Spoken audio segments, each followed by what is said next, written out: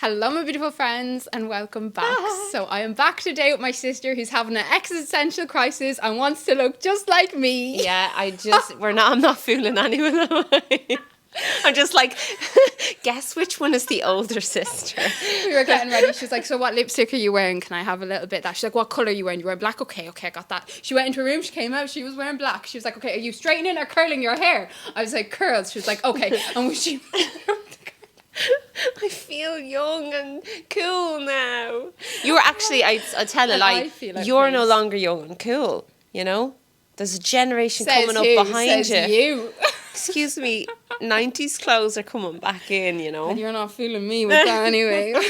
Yeah, my old granny dress is just like as long. I look like a witch. What are those? So we're back today. We're linking arms. We've tried to film this like 5 times. So we're back today with the second episode of our Gen Z versus Millennial Agony Aunts. And here we are, a bunch of you guys were commenting, please make this a series. But we told you this is a series and you have no say in the matter. I'm not leaving her channel anytime soon.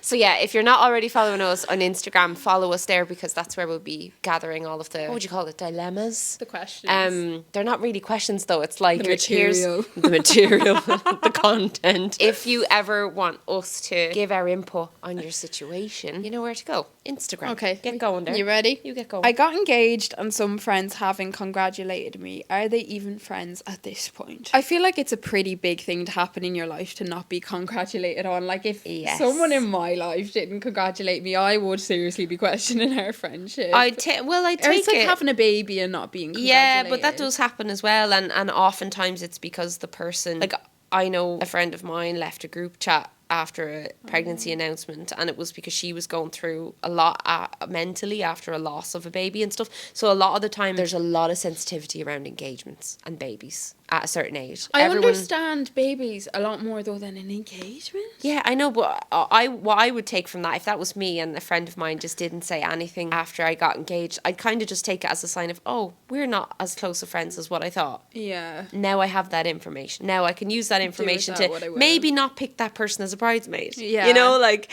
Or maybe not invite them to my wedding. I'm sorry. That is really shit, yeah. But it happens, like, you know, it happens to people all the time. Yeah, it is a lot more. One of my best friends recently went to a wedding and she got there. The people who were the bridesmaids, she was like, I actually thought I would have been a bridesmaid sooner than that person. Yeah. And she didn't realise like how close they were. And then she was like, have I misconstrued our whole friendship? Like, have I this whole time thought I was closer to her than she thinks she is to me? And it's complicated. Like, and bringing that conversation up, I feel like is a bad idea. Yeah. You know, that's one of those ones where it's like, that could cause a big argument where it's not necessary. But where can you go with it? But you know what I mean? I think the best thing to do in that situation, if you want the person to be a closer friend than what it's seeming like they are, like, oh, do you want to go get dinner or do you want to go to this show? Even if they've not congratulated you on your engagement, if that's bringing some feelings up in you, it's probably like, oh shit, I actually wish we were close enough that they would give a shit that I got engaged. Yeah. So you have power there to like make you guys closer. Yeah. But you also have power to just not invite them to your wedding. So do what you will. Yeah, do what you will. Okay, so the next one is, I'm starting to feel really behind in life. I'm 25 and I don't own my own home. I'm not engaged, haven't peaked in my career yet, and don't have enough money to live an insane lifestyle everyone else has. How do you overcome feeling behind? The first thing I'd say is to accept where you're at. This is me, girl. Like, I'm in a very similar boat to you. I don't own a house. I'm not engaged. I haven't, quote, very normal, peaked in my career. Like, you know, you're a baby. It's very normal. I'd say, how exciting is it that you have all of this to look forward to? Like, it's so exciting. Like, life isn't a destination. It's about the journey, as they say. It's not, because then when you do get to the point where you have all those things, then you're still thinking about other things and the next things. And you never get to a point where you're like, oh yeah, I have it all done now. Yeah. It's all done now. I've made it. And if you did get to that point, then you'd be like, what now? And I love this saying where it's like, if you didn't make it in your 20s, you can make it in your 30s. And if you didn't make it in your 30s, you can make it in your 40s. And if you didn't make it in your 40s, you can make it in your 50s. And some of the most famous, most successful people in the world didn't make it till their 40s, 50s and 60s. You know, that is a true fact. I was still living with in-laws at 31. I think I had my first baby at 31, but I would have been considered young in my friend groups. Yeah. Like, I was the first having a baby in our main friend group. Yeah. And at 25, I think I still had it in my head that like there was so much time ahead of me. So like, please don't think you're all I'm right there fucking with old you. and decrepit, like you're a little baby. I feel like I nearly felt older at like 22, 23 than I do now.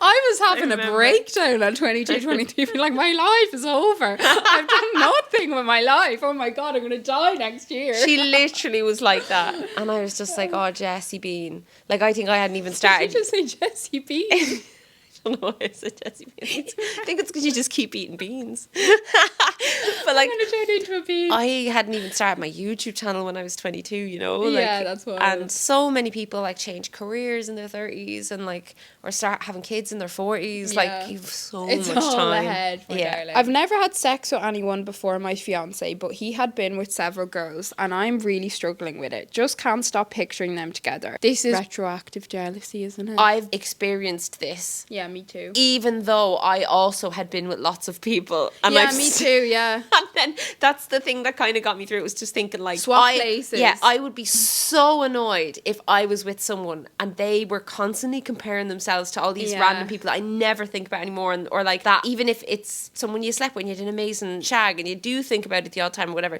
it just means nothing compared to the situation you're in right now. Like, all that matters is how this person has behaved while they've been with you and how they've treated you. Yeah. If they've done something while with you or whatever, like, that's so different. Like, I completely understand being jealous if like someone's cheated on and then you've given them another chance. No, but that's not what it is. But like, you just can't. Like, you've no right. I feel like a lot of this, though, it does come down to insecurity. So what I would say is work on your own insecurities. Like, you know, what is it that you're insecure about, and work on building your self-worth up. And I feel like that will be the biggest thing in helping you, because you can't do the swap. Because you've not been with other people, you can't do, you know, what we were able to do in the past and like be like, okay, how would I feel? So I think working on how you feel within yourself is going to be the best thing you can do in this situation. Yeah, I don't know how to give it like a similar, like, you know, for them to put themselves in a similar headspace. Like, imagine I'd say a best friend you had for years, and then say they moved away, and then you have a new friend and they're like a really close friend. It'd be like that friend being jealous of your other friend. I'd say, you know, she's probably kissed other people. So I'd say, imagine. I'm making it really complicated. Yeah, you're making it so difficult. It's like, moving on, Mel. You know what I mean. You've definitely probably kissed someone else. So imagine he was feeling how you're feeling with the other person or someone you've had a crush on. Yes. So think about everyone you've ever had a crush on. That makes more sense. That's a better one. Everyone you've ever had a crush on. And imagine like your now partner lying there just like writhing in jealousy about all those people, how you know yourself that it's such wasted energy and there's no threat and how there's no risk, you know, and you're not sitting there at night thinking of, oh, this crush I had 10 years ago, I wish he was here. You're not doing that, and neither is he chose you for a reason. He's not with any of these girls. I feel like that's something that we often forget to remind of ourselves of when we're feeling this way, is that they're with you. They're with you. You know, he loves you. And I would say, like, I think everyone is entitled to their own kind of like, well, firstly, obviously, like, having a past. Everyone has a past. You'll never meet anyone who doesn't have a past. The older you get as well, as more you're dating, baggage. there's more about, like, there might be a child, there might be, you know, an ex, you know, wife or whatever. I think everyone is entitled to their own, like, mental life. Imagine, you know, me rocking up with like 5 20 kg suitcases. Sorry about that. We all have our own like internal world. Everybody that I know, the odd time thinks about an ex. Thinks about someone, but that they were with. Doesn't mean anything. And for a lot of people, it's like remembering a holiday you were on or something. You know? But for me, a lot of the time when, you know, exes pop into my head, a lot of the time it's not positive either. It's usually negative.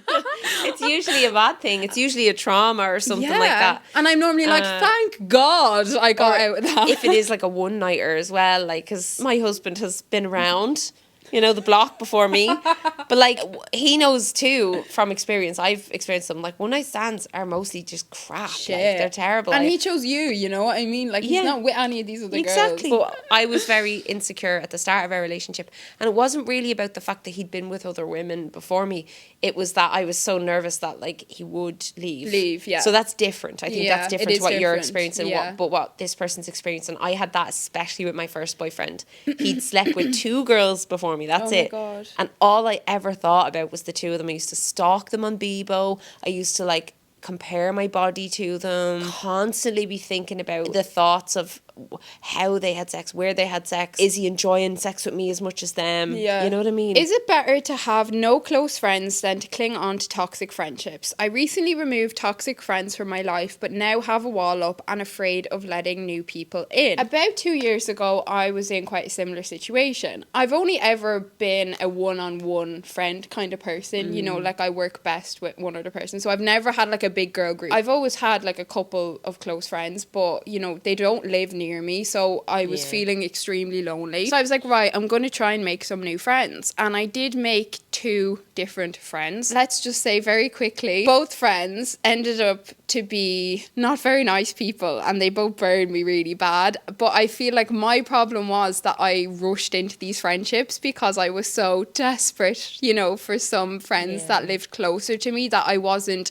picky or selective, or I didn't really wait to really get to know these people either. I just kind of, I feel, jumped in too soon. I feel like it took me quite a long time to heal from the situations that happened with these friends, because like one girl in particular, there was like a big blow up, but she ended up turning around and saying how she was extremely jealous of me. She's always been jealous of me. This girl was trying to be friends with me for a really long time, and jealousy is obviously not a good place to start a friendship out of. So as somebody who only has like 2 very close friends and found myself in a similar situation, I would say it 100% is better to have no close friends or few close friends than to have toxic people in your life. Because there's phases of your life as well where you just have acquaintances, or I would say I wouldn't call anyone a toxic person. I would call a situation a toxic relationship. Yeah. You can be in a toxic relationship, but I would never label an individual as toxic. I just think it's bullshit. Like, I think usually what's happening there is like one or both people are going through a lot of stuff and they're not capable of maintaining that friendship. Or if you and another person are just in 2 different places, or you've grown apart. You know, I've had such close friendships in my life where we've gone completely different directions and we barely speak now, and it's like the odd Instagram comment. I've had other friendships where they were, like I was really, really close to them, and I would have been like the quote unquote toxic person in the situation. Like, I remember these 2 really good friends I had in secondary school. I was in a really unhealthy relationship with a man. All I ever did within these friendships was talk about that relationship, and so they just were like, they were giving me advice, they were, you know, listening, they were being there for me, but ultimately like all I had to bring to them was complaining about a situation that they'd advised me to leave, and they ended up writing me this big breakup letter, like a friendship breakup. And they were together when they sent me this message, and it broke my heart. Like, but coming on from that, like getting out of that situation, and like, you know, we all stopped being friends. Eventually down the years, like we all started talking again and stuff, but never became friends again. I realised during that, like, you know, it was just not a good idea for us to stay friends. I think there's no problem with being in a stage of life where like you just don't really have people that you can call friends. That's not going to be forever. Think about how much changes in your life every year. Think about the last 5 years. How different does your life look now than 5 years ago or 5 years before that? In 5 years, you have no idea who will and will not be in your life. But it's about quality, not quantity. Yeah, she you know? says that she has a wall up and is afraid of letting new people in. But what I would say for that, and this is some advice, the right people will just smash through your wall. But that's what I found. Yeah, that's true. But also my therapist a couple of years ago, she's no longer my therapist. I miss you very much if you're out there. Some advice that she gave me was that if you meet a new person, and if you're anything like me, where, you know, I hate small talk, like it's all or nothing. Same. Like I want to go straight into the deep stuff. But my therapist said you can't really do that, you know, all the time, because a lot of the time that is how you end up getting burnt. So when you meet someone new, give them a little bit and then see if they respond, you know, and they share with you. And then the next time, give them a little bit more. Don't give them too much initially, you know, because I feel like that's a mistake I've made multiple times with friends and new friends and people that I ultimately didn't know. And if I would have done that over a longer period of time, I sooner would have realised that we weren't the right people for one another, and we weren't actually, you know, compatible in a friendship. I think it's also really healthy to accept going into a friendship that it might not be forever. It's very abnormal for someone to have lifelong friends. Like in generations gone by, the only people you'd ever know were the people in your town. Nowadays, like it's very, very normal to just be in a different phase of your life. Like when I started having kids, my friendships changed. I became closer friends with other people who had kids. I became less close to some of my friends who didn't have children. And that wasn't even like my decision or their decision. We just naturally Just happened. We stopped having them as much to talk about. They stopped inviting me on all the nights out because I would never reply or I just would never go. Yeah. And then, you know, I'd want to talk about stuff that I knew that they wouldn't want to listen to. So then, but now, like, some of them are having kids now and now we're really close again. So going into it, just being like, you know, if we fall out one day, so what? It's fine to have friends for now and not forever. Yeah, it's the same way. I had a couple of people that I was spending a lot of time with and I was really close with, but we were always going out having a few drinks together, and then when I gave up drinking for a year and a half, I literally never heard from them again. And I wasn't even upset or hurt about it because I understood, you know, where they were coming from, that they were like, okay, we're not going to invite her now, she's not drinking, and then we just slowly stopped talking. So December 2022, my boyfriend of 4.5 years broke up with me. I have a new boyfriend since January 2024. He is so lovely, but I can't help feeling like I want to be single. Please help. I'm 26 for reference. So how many months is that? 9 months. So she's with the new one 9 months. How much of a gap was there between the new one and the old one? A year. I was going to say rebound, but a year you had a rebound. Yeah, you had a year on your own, so it's definitely not a rebound. Not a rebound. A rebound, something you go into straight away. If you're 9 months in and you're wanting to be single, leave. Yeah. You don't owe this person anything. I know, like, feels so bad being the person breaking someone's heart or whatever. It's your life. I'd say what could have happened, though, is that maybe this person was a lot of things that the other relationship wasn't, and then you maybe found but you learned and you leave and you grow and you take that into the next and have some fun and have some shags. That's what I say. Yeah. If you want to be single, like, it just don't. I don't believe in wasting time in a dead end relationship. No, I really feel like don't. you've definitely given it more than enough time. Yeah. You'd know by 9 months. Yeah. Like 100%. I just feel like by 9 months you kind of know if it's long haul or not. Yeah, for sure. Like, I feel like at 9 months you're still normally in the honeymoon phase as well. Yeah. You know, so things are as good as they're going to be. If you're pining, you need to go and have some wine and go and dip that toe in someone else's bed. I was waiting for a nice little rhyme there and I didn't get one. Okay, should I tell my current partner about the abuse I suffered from my ex? This is a topic that a lot of people conversate about online, and a lot of people use the argument that you shouldn't tell your current partner, you know, if you suffered abuse from your ex, because it's basically giving them a handbook of what I'm willing to put up with. But I don't agree with that at all, because if somebody's going to abuse you based on the fact that your previous ex abused you, sooner rather than later, you know, you'd rather them do something so you can leave them. You know, you don't want to be with somebody who's going to use your past traumas against you and say, oh, she put up with that with him. But people do that. Like, there's definitely people who will use and abuse that kind of information. I suppose, but like, if that's the case, just like, you know, you'd run at the first sniff of a flag. Like, I think go with your gut feeling. If you don't want to tell someone something, you don't have to. That kind of stuff should naturally just come up in conversation. You never have to tell anyone anything. Usually if a relationship is going to like last for a long time and you're going to be with someone for years, you're going to know the ins and outs of absolutely everything. Yeah. And that just is part of the nature of becoming team in life. Like, if you're sharing life with someone, it's because you just know them inside out and you know their history and you know what they want and you're so interested in every aspect of that and stuff.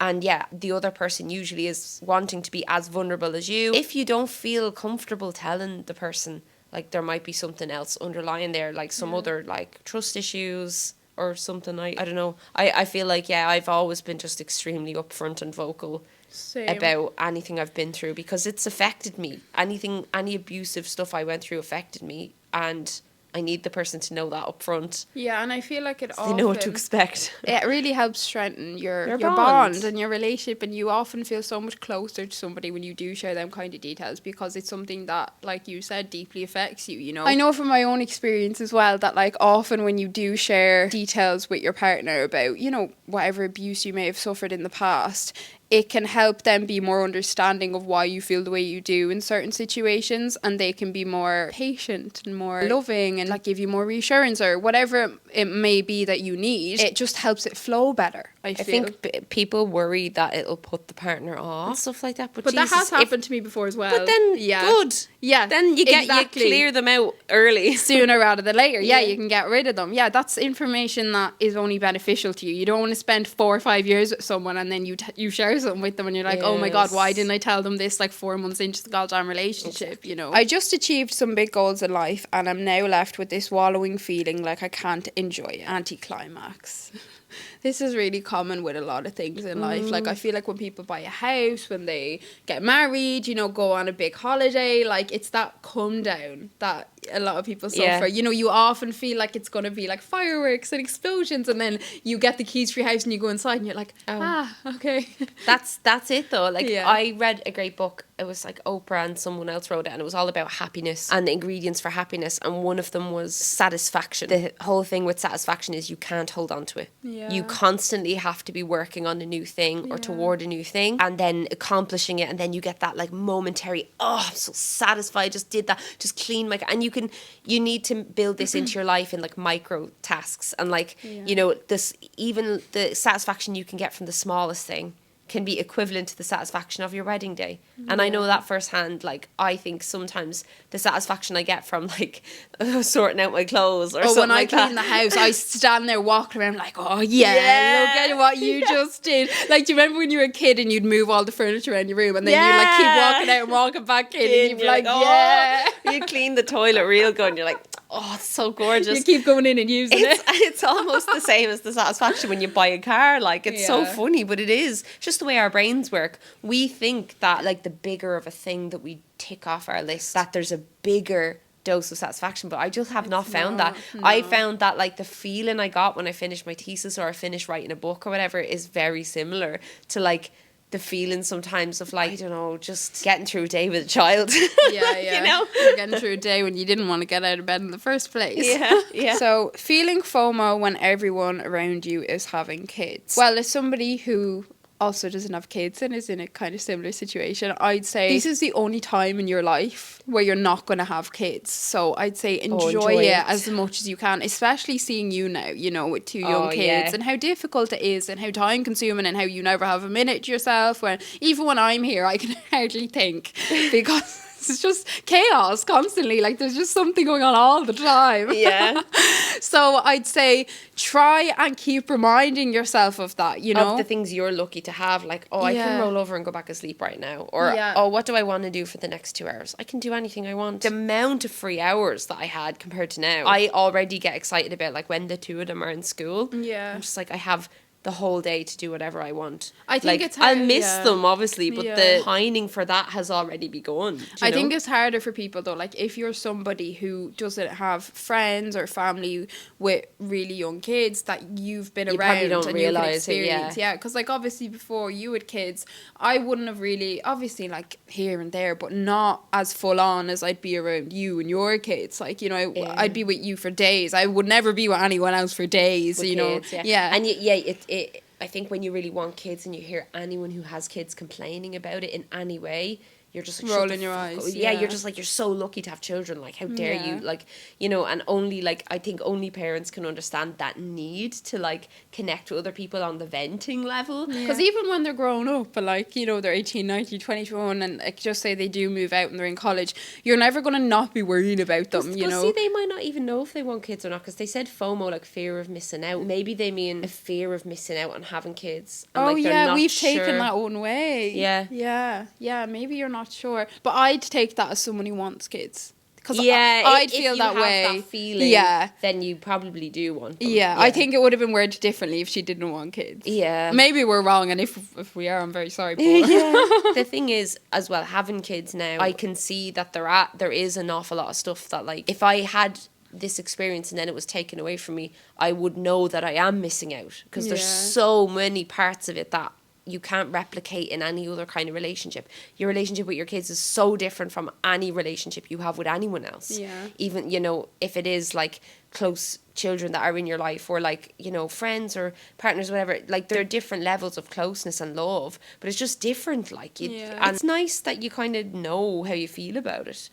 A lot of people are so on the fence and they're not sure, but at least you kind of know what direction you want to go in, so then you can make choices to lead you towards. I'm going to do a video soon on my channel with my friend Sarah. So my friend Sarah, she really wanted kids always, and we always thought she'd be the first to have children. She used to always be like, you know, I want to have my kids young and everything. And then she had a couple of relationships back to back where just having kids didn't happen. Then she found herself being like, right, I'm in my mid-30s. I know I want children. I don't really want to wait around to like meet someone. So I'm just going to go and do it myself. And and now she's pregnant. I know, I and think it's so exciting. Yeah, I'm just so impressed with her, because I feel like that's what I would have done. Well, you were talking about it for years. I think about 2 years. You were speaking about it. You were like really serious that you said if you didn't meet somebody, you were definitely open. Yeah. Whereas me, on the other hand, I don't know if I'd do that. Yeah, a lot of people wouldn't, because it's a really hard thing to do, and there's no denying that. You know, like I think she's superwoman for making that decision and being like, "This is what I'm doing." End of. I think the thing is, because once you do it, then you can't like back out of it. Obviously, and then it's like with the way they say you're never ready, like you're never ready. But like doing it single, it's kind of the same thing. It's like once the baby comes, then you have no choice but to figure it out. But in saying that, I'd rather do it myself than end up with like a deadbeat dad who like doesn't want anything to do with their kids, and it's like a lot of them. Yeah, there's a hell of a lot of them. Sorry, I know for a lot the of people sleepy. who is in that situation, and I think that's a worse situation to even be in, because there's often a lot of trauma for women and a lot of for the kid as well. Like I feel like I'd almost prefer to just not know who my dad was than have like a shit dad hanging around out there somewhere, wants nothing to do with me. How can I maintain new friendships when their main focus is nights out drinking, which I don't? I would plan stuff that's not drinking involved, like that doesn't involve drinking. Yeah, but new friendships, I'd say you're probably best off meeting new friends at activities that don't involve drinking, you know, so maybe go to a yoga class or go to a pottery class, or but she means maintaining those friendships, so she obviously really likes the people. New friendships. I'm taken from that she has new friends and all they want to do is go out drinking. Isn't that how we can take it? Totally differently. That's what I feel like she's saying. But okay, if that's the case, what I would do is just like be like, do you want to go for dinner? Do you want to go for a walk? You know, come up with non-drinking, and then see how you get on without the drink involved as well, because sometimes that can really change your friendship. Like, yeah, that is true. And if not, what I said, you can meet new friends. You can make new friends doing non-drinking activities. Hello from the other side. I must have called 1,000 times to tell you. I saw an article, guys. And it was about, someone called it this movement, the Adele, Hello from the Other Side. It was about something called, is it splinting or something like that? I've never heard about it. This is all big on TikTok. It was people, I was like, what's splinting? Do you know what's so funny? The other day you went, the TikTok. Millennial, it's in the title, but they call it, I think it was called splinting, maybe I'm getting that wrong, but it's to do with people who have constipation and they've a shite stuck in their arse and they stick their thumb or their finger Melanie, why would you talk about up their vagina. Hello from the other side, like the Adele, they call it the Adele, and they put their finger in and press, and so the poo comes out their bum. And loads of people in the comments are just like, yeah, I do that all the time. That's disgusting. There's something wrong with you. That is not right. And I don't care if I offend anyone. That is not normal. This tongue ain't going up. Look at this nail. Can you imagine this nail up there? I feel ill. Okay, move along swiftly. So our last question is, any advice you can give to prepare for the loss of an elderly pet? Losing Lady is one of the hardest things that ever happened to me. So I had her 14 years. Like, she was literally my bestest friend. Got her for my 10th birthday. Lost her in February 2022. And I'd say it's really hard. Like, obviously I'd never lost a pet before losing Lady, and I don't really know if you can prepare, because depending on the circumstances, like Lady was very sick, and then it was kind of a case of we were having to wait and see. I could feel myself getting emotional now. I'm gonna cry. Yeah, I don't think we should. No, I'll get really upset as well. Yeah, because they are like your family member, you know. Oh, she's my best friend. Like, I feel like a different person since I lost her. What the fuck? Miss her so much. Oh, Jess. I don't know what to do.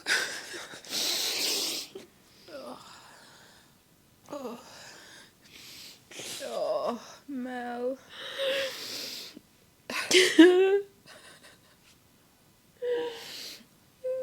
Oh. I'm so sorry. No. It's very hard to talk about. I think you need to let yourself grieve. Like, I'd say I'm still grieving in ways like that. I can't talk about it without crying, literally. I can't talk about it without crying. Like, I'm the same. Well, I've cried already now, so I might as well talk about it. So I had 2 cats die within 24 hours of each other. And we think it was poison. One of them was just found asleep in her bed. And Bilbo was really old. And they were fine. Like, there was nothing wrong with them. There was nothing wrong with them the day before. They ate a pigeon and, like, they were always killing birds and mice and leaving them at the door for us. And, you know, they do that to, like, feed you because you feed them and stuff like that. But we live beside a farm field and we don't know, is it something that they sprayed or did someone in one of the gardens put something down? But, like, it was just, like, animals don't just go into bed and die, you know, like that, you know. Yeah. They go off on their own and hide or, you know, whatever. Yeah. And I remember last year when it happened, I couldn't even talk about it on video because... And I think I just said, like, you know, we've had a death in the family. I said that in one of my videos. But it is the death in the family. But it is. Yeah, I hate when people say it's not. If people say it's not, they've never had a pet and lost a pet. Like, Thomas found her and couldn't even tell me. He, like, buried her and didn't even show me because he knew, like, Yeah. And I felt so much guilt at the time because I was making them go outside a lot.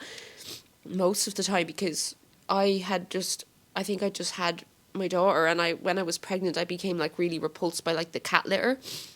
It's dangerous. And it's dangerous when you're pregnant anyway. And then I was just thinking like, oh, if I kept them inside all the time, like they wouldn't have died. But like they always would go, like since we had them, they'd go out in and out all day and they'd be out a lot.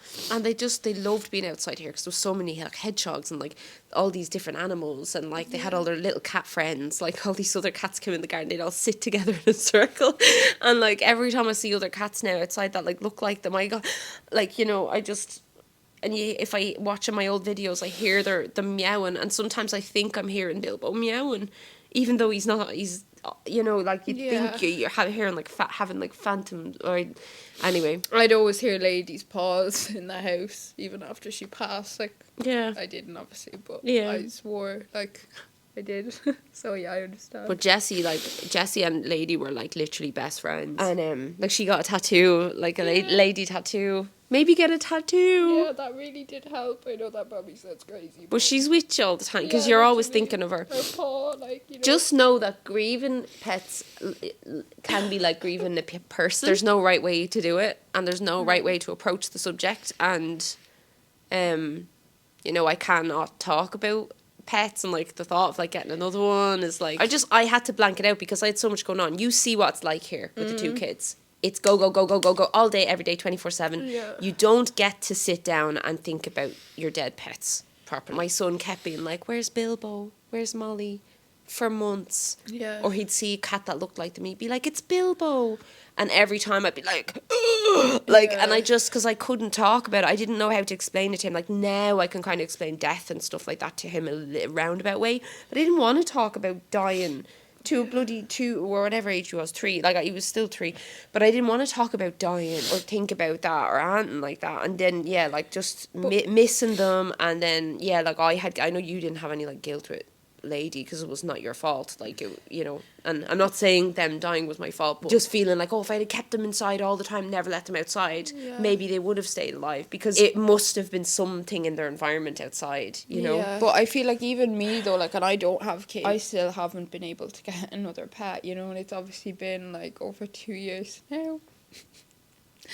But yeah, I don't know, like, obviously, like, me and Jamie do talk about, like, we do want to get a dog, but I just still miss her so much still, like, it's just so hard, like, because it's, like, the unconditional love, like, you get off them, like, they're with you through everything, like, there's no one else in your life that is like that with you, like, you get that love off, you just don't. When it comes to preparing, you know, obviously, like, with Lady, we had, like, time. A few weeks where we knew it was probably going to be soon, and all I did was just spend a lot of time with them. You know, that's probably the best thing I did when it came to lady. Obviously she was really old. Now I'm so glad, you know, I did that, because like, you are their whole world, you know. Like, they're only with us for a short time, but like, we are their whole world. Yeah, and I can tell you that for sure. Like, years and years ago, we had a cat called Jamie. Oh, I was in a YouTube video bawling about this like 10 years ago, but he essentially got in a car accident, and I was away when it happened, and he was gone for days and days, and we were like, what happened to him? And he must be dead and everything,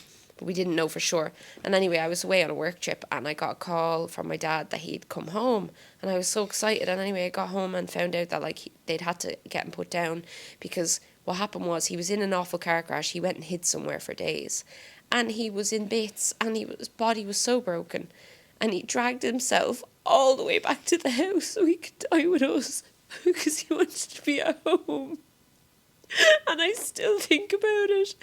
Like, literally just the fact that he gets to say goodbye, but also just the fact that, like, they said he was, like, he'd lost so much weight, and he was in bed, like, his legs didn't work, he was peeing all over the place, but, like, he was so determined to come home, like, and, like, animals, it's completely okay to be as so attached to an animal as if it's a person. Like, I'm so embarrassed that we're going to post Look this. at this day of me.